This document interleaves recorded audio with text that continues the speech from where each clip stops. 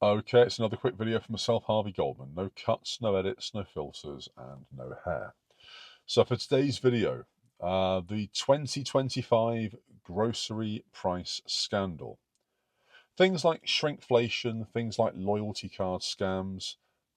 Are we all being taken for a ride? Are we being mugged off? I think personally, spoiler alert, the answer is undoubtedly yes. If you check back through any of my previous videos on supermarket hauls, you'll see how I save money. Go into supermarkets early in the morning to get yellow labels, and I really do save money doing yellow label shops. But the supermarkets do take us for fools. Not everybody can get out that early. Not everybody's got supermarkets near them that do the type of discounts that mine do, and I fully get that. But we are being taken for mugs. Basically, shrinkflation is probably the worst of all of them, where you pay more for less. There has been widespread product downsizing, and speaking, I guess, as somebody that's in a supermarket maybe 3 times a week doing the bargain shops to save money, I notice the slightest price change. I notice things getting smaller. And I think a recent survey, it was Barclays, I think, that did the survey. You can find it on Google. But 64% of British consumers basically noticed that double dip shrinkflation was a thing in 2024. So double dip is basically where products undergo multiple size reductions without corresponding price decreases. So sometimes the prices go the other way, in fact. But yeah, so in the same year, some products got reduced in size twice, and the price has actually stayed the same, or in some cases even went up. So to give you examples, digestive biscuits, they got reduced in size by 28%. Choco Pops, they got reduced by 24%, and butter actually got reduced for many of the brands by 20%. And what you find is that when one brand does a shrinkflation on a product, the other brands soon follow because A, they realize they can make more money, and B, they weren't the ones that did it first, so that exonerates them a little bit in terms of public scrutiny. I feel that the loyalty schemes, a lot of people do come at me saying that they are genuine savings. I thought they were when I first started my YouTube channel. I signed up to loads of them. I must have done about 4 or 5 different ones, all of the big supermarkets. And I found that apart from Lidl, who kind of gamified their system and did actually give away freebies, the other ones coerce you into buying certain products to get the discounts, and that's bad. It makes people, I guess, be put in a situation where they're possibly making bad dietary choices to jump through hoops to collect points or to get a spend threshold just to get a fiver back, or a free item or whatever it is. It's not worth it. There are questionable discounts across the board. Supermarkets promote loyalty cards as money saving tools, but the reality is the deals don't offer real value. A lot of the time, it just leads to people spending more and more money under the guise of savings. And if you don't know any better, you don't know any better. Um, Psychological pricing obviously plays a massive part of it. And a lot of loyalty schemes, they encourage people to bulk buy or to purchase items perhaps they never even wanted in the first place, potentially increasing, in fact, most of the time, increasing their overall expenditure. So it's all for the supermarket at the expense of you, the consumer. We know that food inflation trends are massive. Recent figures, as recent as December 2024, show that food inflation stood at 2%. Now, that is down from the peaks that were experienced in previous years. However, it still impacts the household budgets, and that's because of shrinkflation. So you're buying more of the same product at the same price, basically, to get the same amount that you were last year, if you like. So the value in food has gone down. The amount you spend to get the same value has gone up, for want of a better way to put it. Now, there are some scary forecasts. Basically, because not just because of the Trump tariffs, and I don't really want to get into that. I don't know too much about that at this time. But I know that the industry, the food industry, and also pundits have said that food prices could go up by as much as 4.9% in 2025. And this is driven obviously by higher employment costs, That's a massive part of it. Undeniably, the government has actually shot most businesses in the foot with the national insurance hikes and everything else that go with that.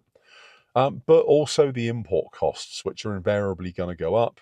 And rather than companies sacrificing their huge profits to maintain customers and to keep their customers and encourage loyalty, they're going the other way. They'll just pass all of those costs on to us. Screw the customer, screw you, screw me, screw everybody. We can all just pay more for our food. I feel that the supermarkets are probably a little bit blind in terms of recognizing their profit margins versus the reality of the consumer struggle that many people and many families are going to be in. Corporate gains are frankly ridiculous across many sectors. Energy companies probably the worst offenders, but certainly for supermarkets, while consumers grapple with higher prices and also smaller products, major supermarkets report substantial profits. And this raises concerns about the pricing strategies, about the fairness, and again about accountability. Who's doing this? Why are they doing it? Who's getting rich off the back of us paying more? There are ethical considerations. Obviously, the disparity between these corporate earnings and the consumer hardships, it's a divide. It should be sparking debate. It should be sparking debate about the ethical responsibilities of these large retailers, about where that line stands, and should there be a cap? Should there be a cap like they put on phone bills, like they put on energy, like they put on other things, where they can only raise prices by a certain amount? Or should it be that they have to give certain items that are considered basics, things like fresh fruit, vegetables, milk, butter, all of these things, should these be capped so that people aren't paying too much for what should be life's dietary essentials? Take your pick. I mean, there are different strategies that obviously consumers that we can take to combat these frankly ludicrous pricing tactics. Part of it is staying informed. Regularly compare prices, sizes, and all the rest of it at the supermarkets. Don't be loyal. Why be loyal to supermarkets? They're not loyal to you. Shop at the place that's going to give you the best bang for your buck. Vote with your money. That's the best advice that you can take from this. And be vigilant about changes in packaging that indicate shrinkflation. You're never going to be told about it. It'll just happen. One week it's big, the next week it's small. And unless you're clued up, you won't know the difference. Assess these loyalty benefits and evaluate whether these schemes genuinely do offer you savings or if you're just spending unnecessarily. Look back at my future videos. Proof that this is one take. Look back at my past videos about my supermarket hauls. Look at the savings that I get. 50p chickens, 50p packets of beef, 40p packets of fish. And think, does a loyalty card or a loyalty scheme in any way compare to sensible budget shopping and a good freezer?